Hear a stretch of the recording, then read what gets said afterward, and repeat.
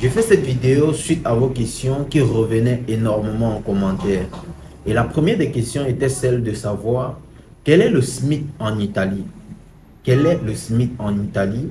Et la deuxième question était de savoir une personne étrangère en Italie avec un statut d'étudiant, quel est le nombre d'heures légales par semaine dont il doit travailler? Alors, vu ces questions qui revenaient, j'ai décidé de faire cette vidéo pour apporter réponse à vos questions et éclaircissement à vos doutes. Si tu fais partie de ceux-là qui ont envie d'être éclaircis sur ces deux points-là, reste jusqu'à la fin de cette vidéo et tu ne seras pas déçu.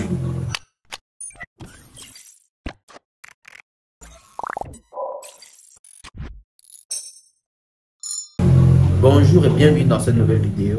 Si c'est ta première fois de me découvrir, n'hésite surtout pas à t'abonner.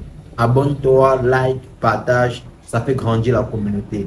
Les amis, on lance les 1000 abonnés, ça me fait plaisir et ça fait grandir la communauté. Si j'ai décidé de faire cette vidéo aujourd'hui, c'est suite à vos questions. Celle notamment de savoir quel est le SMIC en Italie. J'apporterai premièrement réponse à cette question. En Italie, de manière générale, d'autres seront surpris de comprendre ce que je vais dire aujourd'hui. Le SMIC n'existe pas en Italie.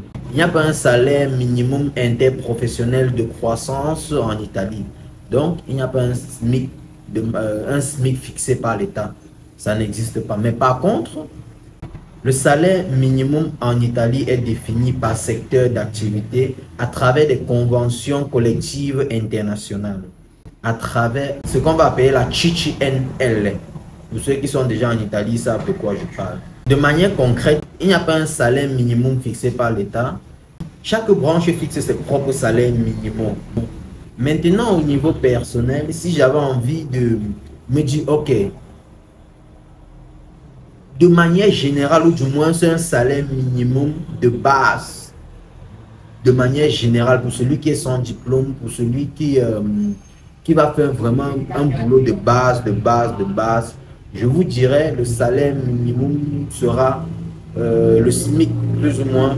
Le SMIC sera compris entre 1000 et 1200 bruts, ce qui va te revenir entre 7 € de l'heure à 9 € de l'heure de manière brute. Ça, j'appellerais peut-être le SMIC. Mais de manière nationale, il n'y a pas un SMIC fixé par l'État. L'Italie fait partie de ces pays-là de l'Union européenne qui n'ont pas de SMIC. J'espère que sur ce point, nous sommes d'accord et que j'ai apporté éclaircissement. Maintenant, nous allons aller sur la deuxième question, qui est celle de savoir une personne étrangère avec un statut d'étudiant en Italie, combien d'heures est-ce qu'il doit travailler par semaine et comment est-ce que cela se passe en été? Ce que je vous dirais de manière légale, de manière générale, une personne en Italie avec un statut d'étudiant doit travailler pas plus de 20 heures par semaine. Donc les boulots qu'il peut faire, ce sont des boulots part-time.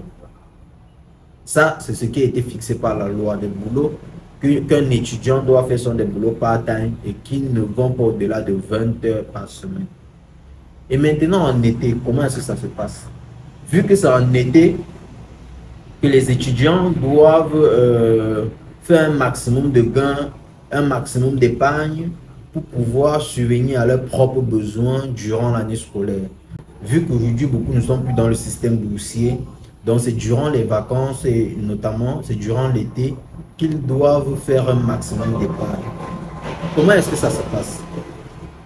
En été, je pense que le gouvernement aussi sait que c'est durant cette période que les étudiants doivent mettre un maximum d'argent de côté pour pouvoir suivre ou du moins subvenir à leurs besoins durant l'année scolaire. Donc en été, les étudiants peuvent travailler full-time sur une durée de 3 mois. Les étudiants peuvent travailler full-time sur une durée de 3 mois. Et après ces 3 mois, ils reviennent au système prédéfini. Le système prédéfini qui stipule quoi? Un étudiant doit travailler pas plus de 20 heures par semaine. Et le full-time ici, c'est combien d'heures? Le full-time, c'est de 38 à 40 heures par semaine. D'autres vont aller au-delà. Ça va peut-être dépendre de quel boulot tu vas faire. Peut-être, je prends peut-être l'exemple de celui qui est à la plage. Celui qui va travailler à la plage, celui qui va travailler peut-être à la plage, va se retrouver en train de travailler 10 heures peut-être par jour. 10 heures parce qu'il doit commencer tôt et à la fermeture aussi de la plage, il doit être là. Ce qui va faire plus ou moins 10 heures. Et ceux qui travaillent aussi généralement dans les champs, ils vont parfois se retrouver à travailler 9 à 10 heures par jour. Mais je dis ceci, c'est uniquement durant l'été. Quand les études recommencent, évitez toutes sortes de problèmes. Faites vos 20 heures par semaine. Je sais qu'il y a des étudiants qui travaillent plus de 20 heures par semaine parce que, je vais le dire, le gouvernement aussi n'a pas, le gouvernement italien n'a pas aussi l'œil vraiment pointu, ou du moins sinon par ce côté vicieux-là, d'empêcher ces étudiants qui font plus de 20 heures. Ça existe. Vous allez trouver des gens qui vont vous dire, ok, je fréquente, mais je travaille à plein temps. Ça va exister, ils ont toujours le statut étudiant, ça va exister.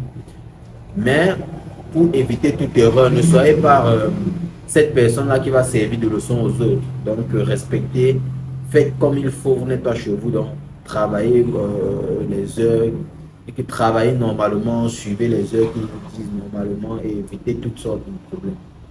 J'espère qu'à ce niveau, j'ai apporté réponse à vos questions, j'ai apporté un peu d'éclaircissement sur vos doutes. Il n'y a pas de SMIC en Italie et les étudiants, durant l'année scolaire, travaillent 20 heures par semaine. Mais en été, ils peuvent travailler 38 heures à 40 heures par semaine. J'espère que cette vidéo vous a plu. Si vous avez aimé, n'hésitez surtout pas à vous abonner, liker, partager pour ne pas rater mes prochaines vidéos. Merci.